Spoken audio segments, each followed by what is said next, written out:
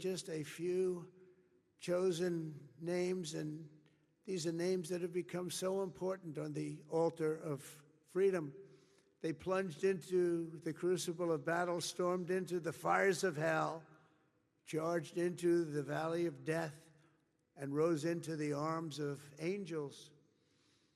The sacrifice that they made was not merely for a single battle, a long ago victory, or a fleeting triumph, decades or centuries past. Their sacrifice was for today, tomorrow, and every morning thereafter.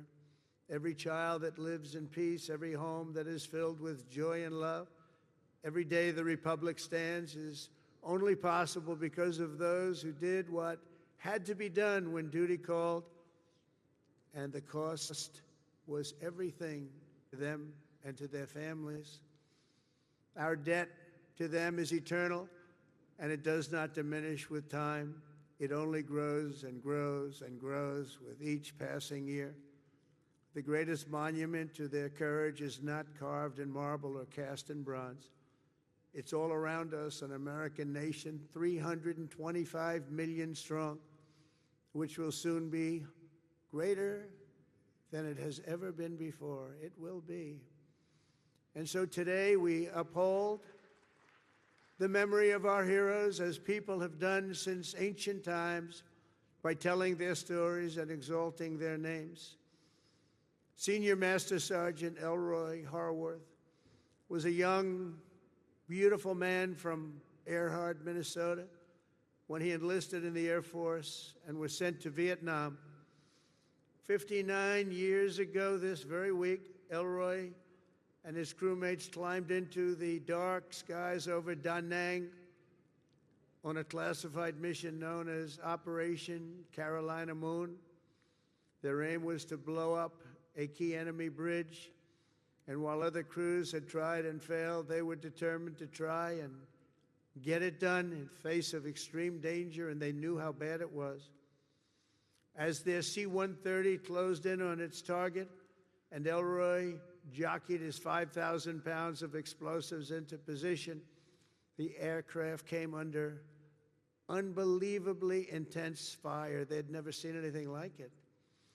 Try as they might, they were hit as the plane swung low and they went down deep in enemy territory. Elroy was just 24 years old when he gave his life for America, leaving behind a beautiful young wife who was 7 months pregnant. That meant Elroy would never know the joy of meeting his son Troy or seeing him grow, and he would never have the pride to watch his son follow in his father's footsteps and serve 2 decades in the U.S. Army. Sergeant First Class Troy Harworth is with us today, joined by his wife Sonia and their son John, the grandson Elroy never got to hold. Thank you, Troy, and thank you, John, and above all, thank you, Elroy. Thank you very much. Please stand up. Thank you, wherever you may be.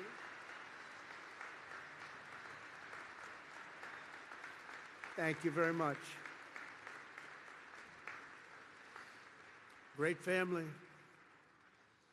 Corporal Ryan McGee of Fredericksburg, Virginia, knew from the time he saw the towers fall on 9/11 that he wanted to be an Army Ranger. He was an American guy, all American. He was a tough guy. He was the top of everything. In high school, he was captain of the football team and was voted friendliest and most charming by his peers. Ryan joined the Army soon after graduation, and after 3 tours in Afghanistan, he deployed to Iraq.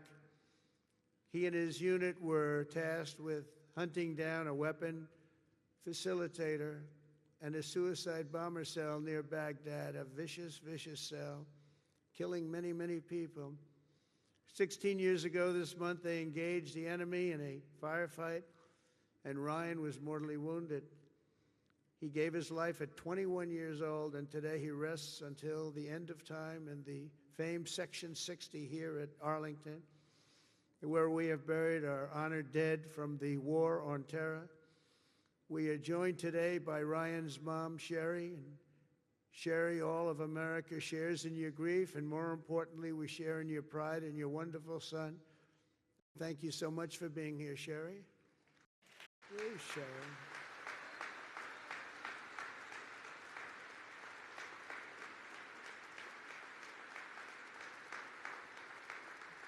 Thank you, Sherry. Thank you very much. On behalf of everyone. This crowd is so big, she's hard to find. Once I saw her, she really stands out. Thank you, Sherry, very much. Senior Chief Petty Officer Shannon Kent grew up in Pine Plains, New York, before enlisting in the Navy in 2003, and she quickly became one of the rising stars. She was an absolute winner. As a linguist, translator, and cryptologic technician, Shannon worked alongside elite special force units like Delta Force and Navy SEALs to help them capture and kill terrorists. She was among the first women ever to do it, and she did it better than anyone.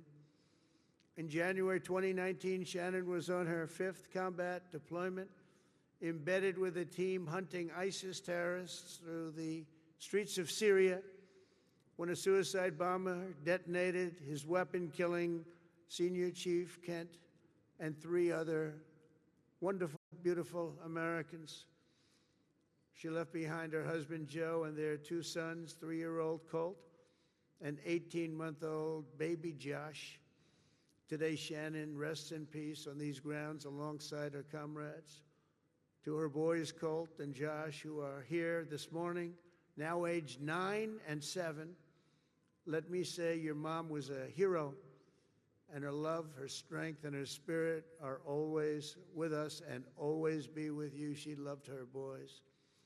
To Joe, the boys, Shannon's parents, Mary and Stephen, and her sister Mariah, Shannon's name will live forever in the chronicles of true American patriots. I just want to thank you, and thank you so much for being here in honor of your magnificent family member. Stories like Shannon's, Ryan's, and Elroy's remind us of the real meaning of the day. And I want to just say, please stand up wherever you may be. The boys, I want to see those boys. Where are you?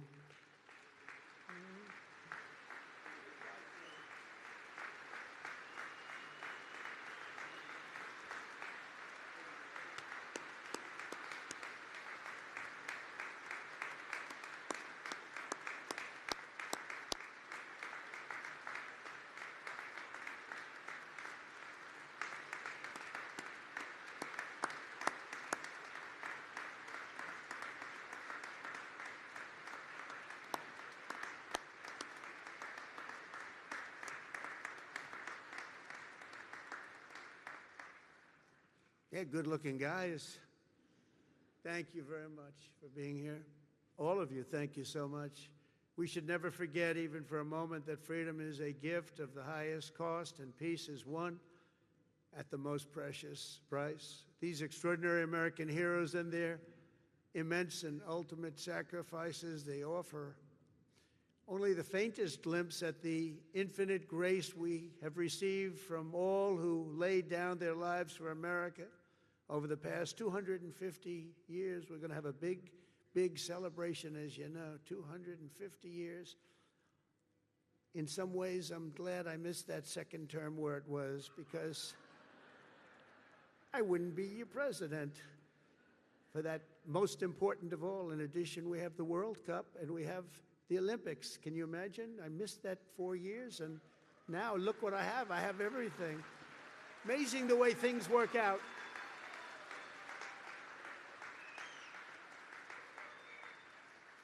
God did that. I believe that too. God did it. You know, I got the World Cup and I got the Olympics. The 250 years was not mine.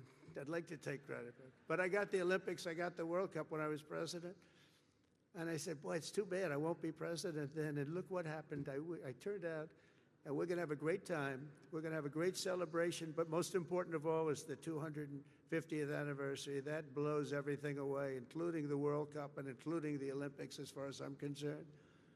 In any corner of this cemetery, at any resting place for our war dead, anywhere on earth, you'll find untold stories of equal heroism and heartbreak, unmatched patriotism and devotion, and acts of selflessness and courage so enormous they defy comprehension. Most people can't even imagine it.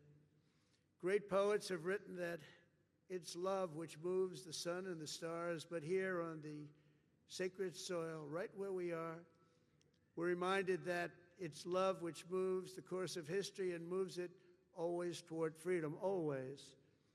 From Bunker Hill to Bastogne, to Cantigny, to Coral Sea, from Gettysburg to Guadalcanal and Concord to Kabul.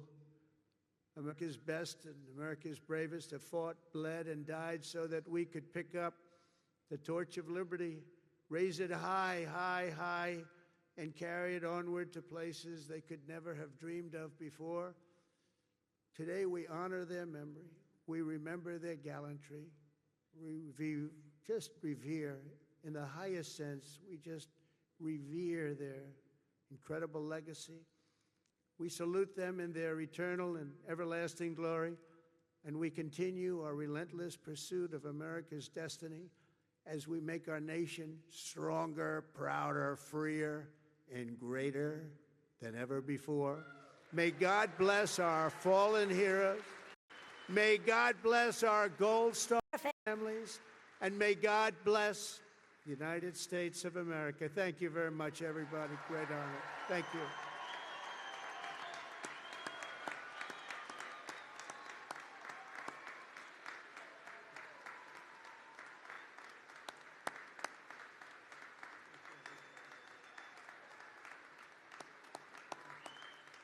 Thank you very much.